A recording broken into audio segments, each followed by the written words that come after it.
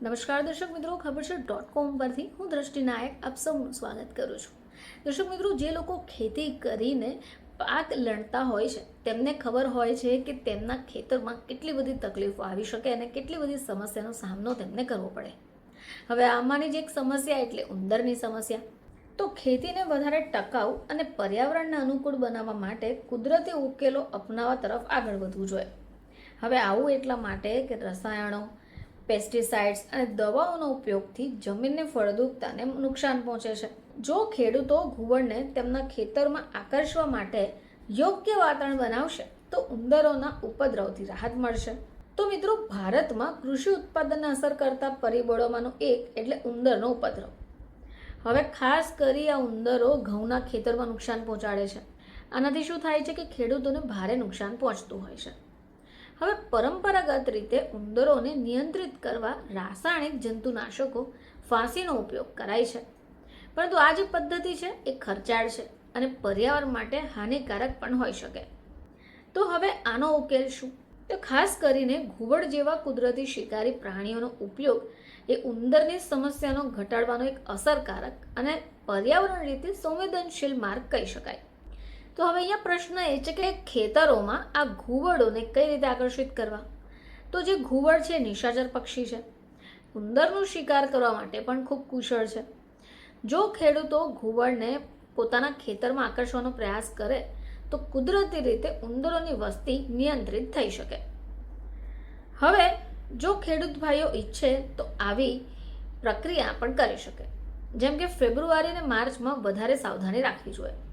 હવે ફેબ્રુઆરી અને માર્ચ મહિનો જે છે તે ઘઉંના પાક માટે મહત્વપૂર્ણ છે, કારણ કે આ સમય દરમિયાન ડૂંડા નીકળશે. જો ખેતરમાં કેટલીક જગ્યાઓ પર ઘઉંના ડૂંડા અસામાન્ય રીતે ઊંચા દેખાય તો ત્યાં ઉંદરોના ઉપદ્રવનો સંકેત હોઈ શકે. હવે ઉંદરો જે છે એ છોડના મૂળ ચાવે છે, જેનાથી આસપાસના છોડ નબળા પડે અને વિકાસને અસર પહોંચે. હવે ખેડૂતોએ આ સમયગાળા દરમિયાન ખેતરોનું નિરીક્ષણ કરવું જોઈએ.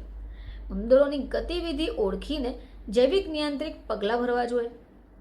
હવે આ સિવાય ખેડૂતોએ ઘુવડને ખેતરમાં આકર્ષવાની એક પરંપરાગત અને સરળ પદ્ધતિ અપનાવવી જોઈએ, અને એ છે પાતળા વાંસની લાકડીની આસપાસ પોલિથીન લપેટીને ખેતરોમાં ઊભી કરવી.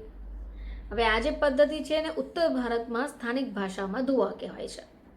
જોકે ઉંદરોને નિયંત્રિત કરવા કેટલાક વિસ્તારોમાં એનો ઉપયોગ થાય છે.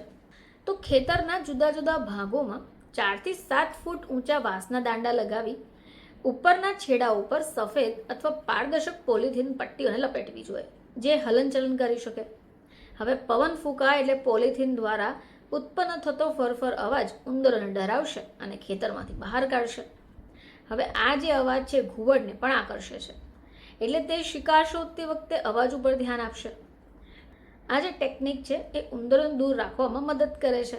હવે આ સિવાય ઘુવડોને ખેતર રહેવા માટે જગ્યાની જરૂર હોય છે, જેથી સુરક્ષિત બેસી શકે અને શિકાર પર નજર રાખી શકે.